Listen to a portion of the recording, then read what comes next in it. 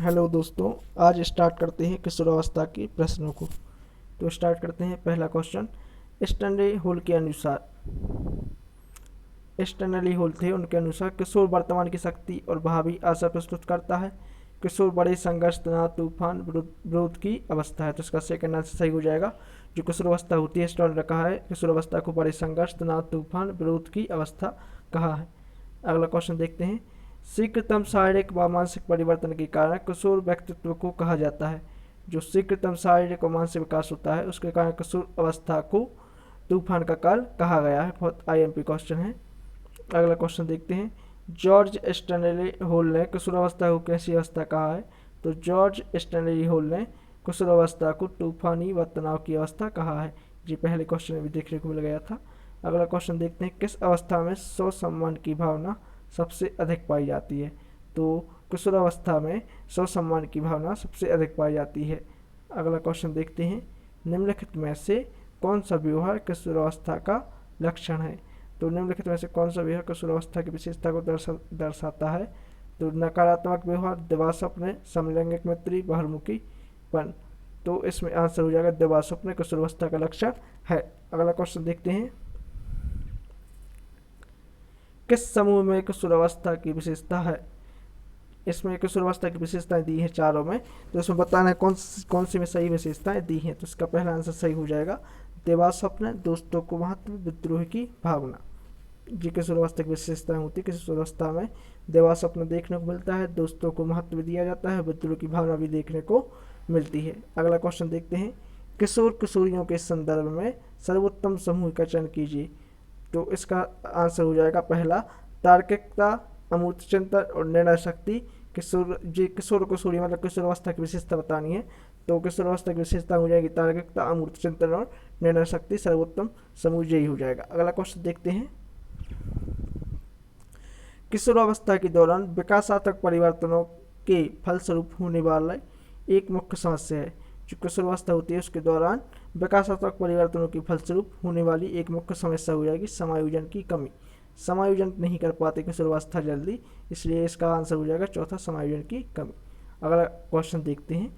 निम्नांकित में से कौन सी अवस्था संक्रमण की अवस्था कहलाती है? तो किशोरावस्था को संक्रमण की अवस्था भी कहते हैं। अगला क्वेश्चन देखते हैं।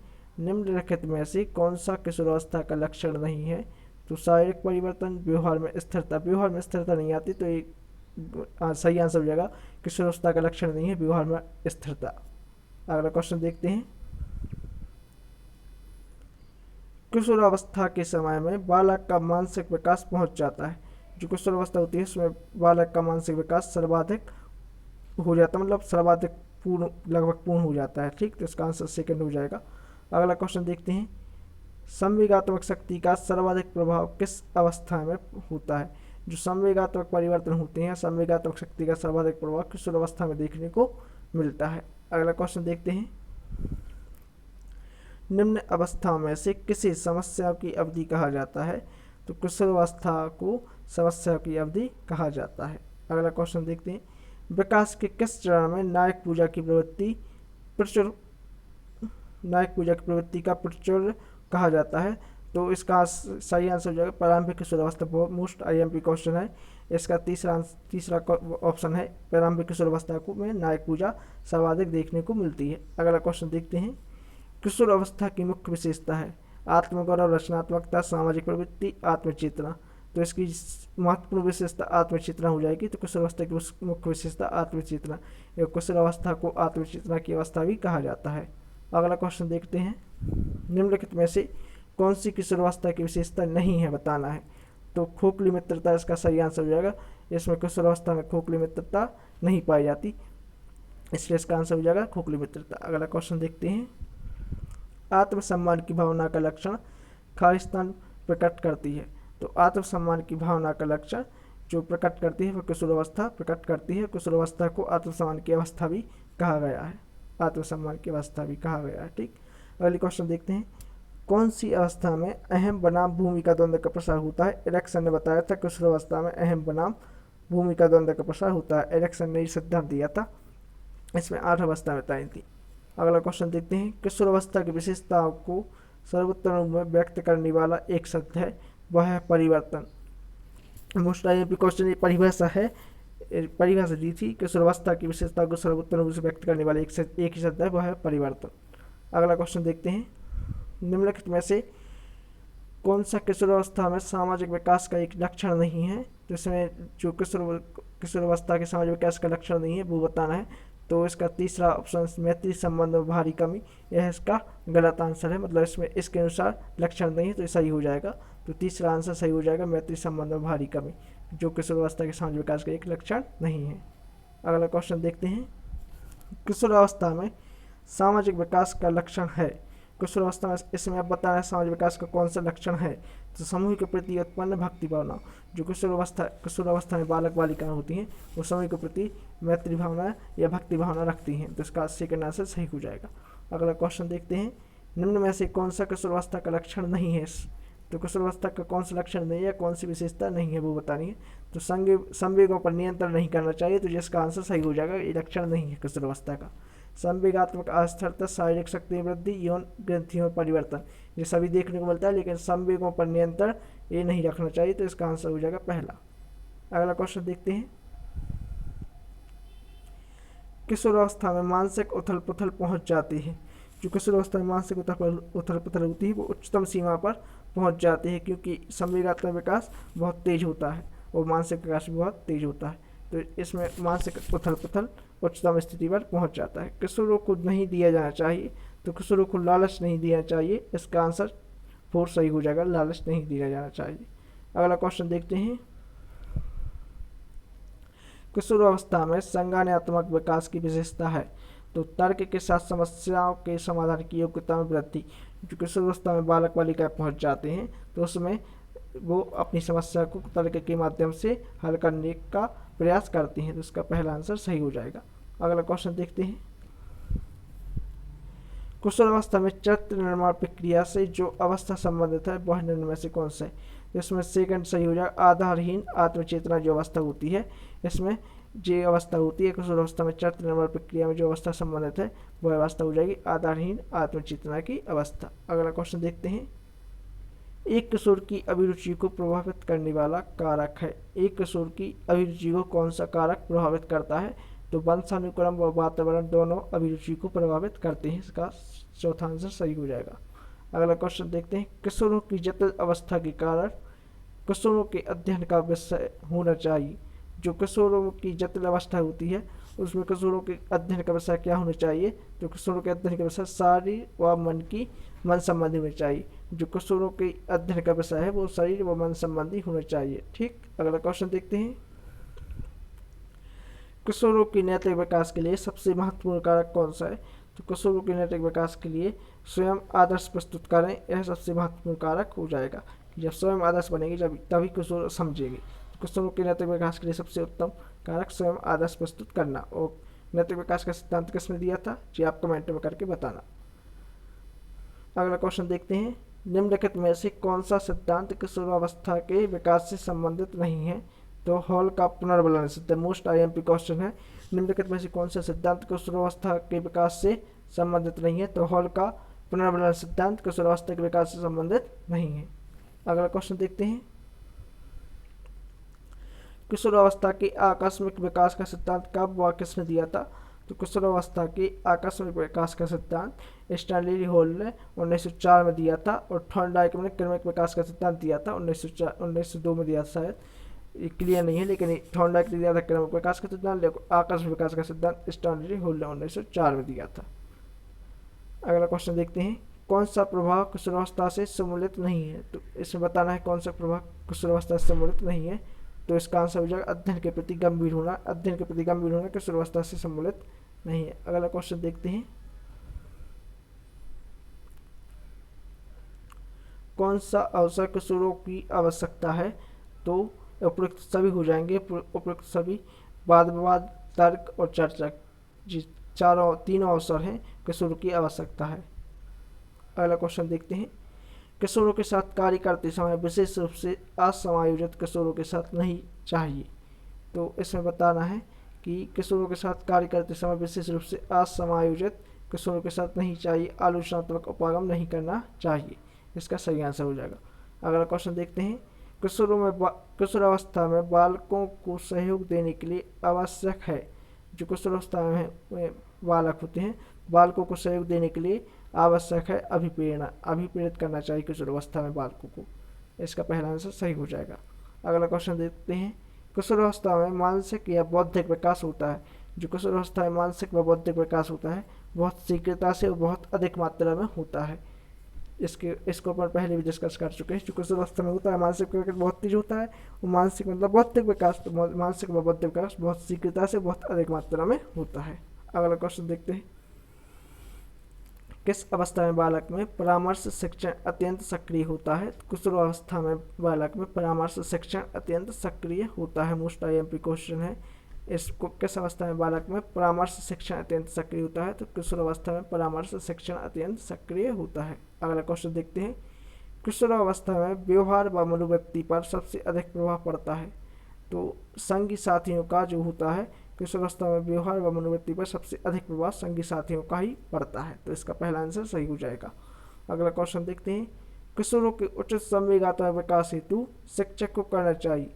किशोरावस्था के उचित संवेगात्मक विकास हेतु शिक्षक को क्या करना चाहिए, तो पाठ्येतर कार्यक्रमों का रोचक रूप से आयोजन करना चाहिए। दंड नहीं देना चाहिए। कक्ष में कठोर अनुशासन बनाना, ये भी नहीं करना चाहिए। शिक्षक की परंपरागत विधियों का उपयोग, ये भी नहीं करना चाहिए। संवेगात्मक विकास के लिए शिक्षक को पाठ्येतर कार्यक्रम का रोचक रूप से आयोजन करना चाहिए। अगला क्वेश्चन देखते हैं। किशोरों में द्वंद्व उभरने का मुख्य कारण है अवसरों की प्रतिकूलता। मोस्ट IMP क्वेश्चन है, कई बार आ चुका है एग्जाम में। तो किशोरों में जो द्वंद्व उभरते हैं उसका मुख्य कारण है अवसरों की प्रतिकूलता। अगला क्वेश्चन देखते हैं। किशोरावस्था की प्रमुख समस्या क्या है, तो किशोरावस्था की प्रमुख समस्या हो जाएगी समायोजन की। जो किशोरावस्था में बालक होते हैं वो समायोजन नहीं कर पाते बहुत जल्दी, इसलिए समायोजन इसकी प्रमुख अवस्था हो जाएगी। अगला क्वेश्चन देखते हैं।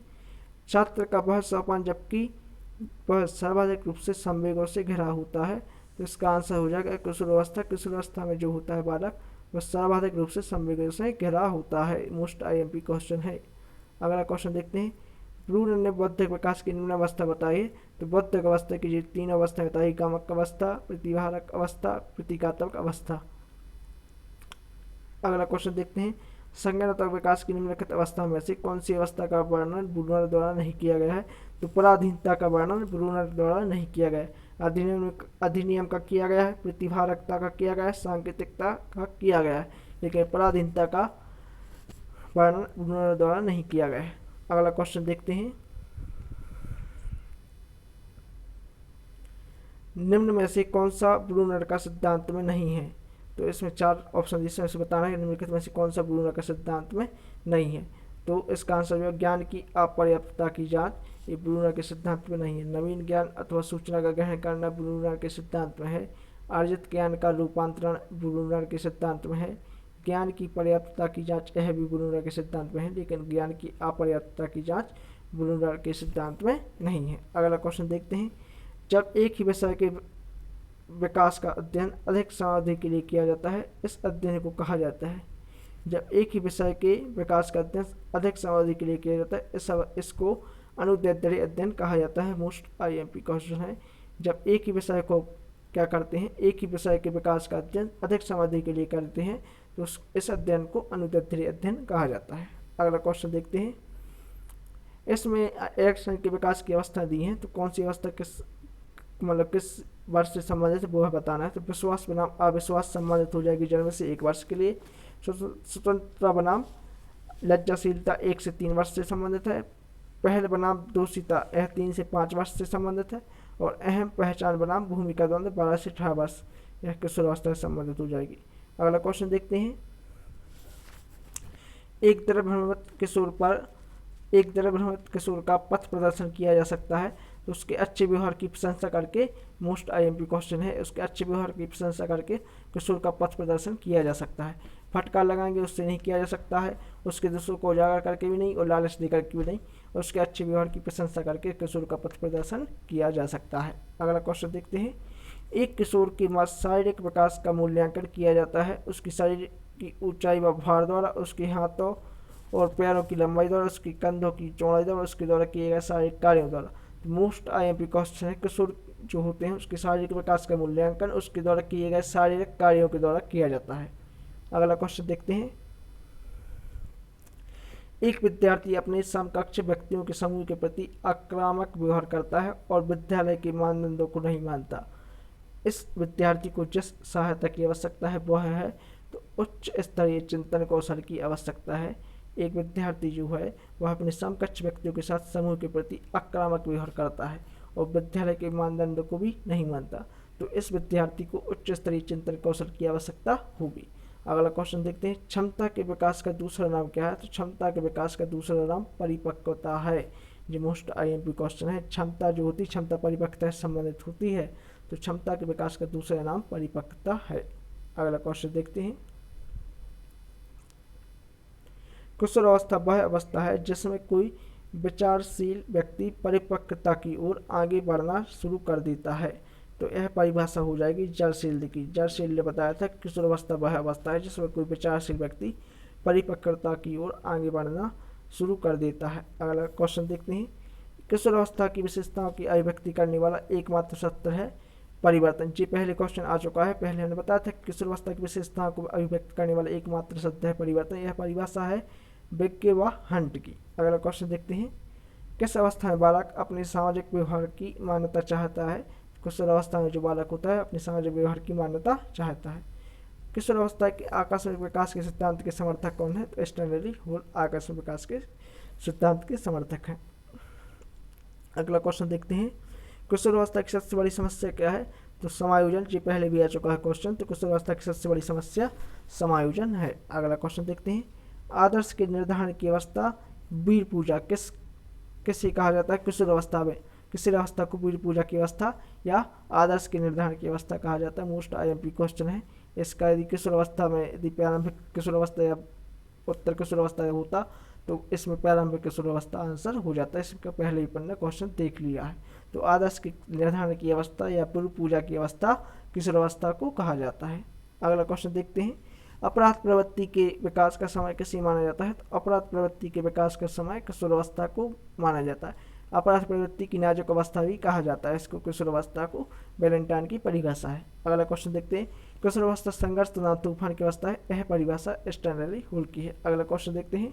किशोर अवस्था अपराध प्रवृत्ति के विकास का नाजुक समय है। यह परिभाषा हो जाएगी वैलेंटाइन की। तो किशोर अवस्था अपराध प्रवृत्ति के विकास का नाजुक समय है। यह परिभाषा वैलेंटाइन की है। अगला क्वेश्चन देखते हैं।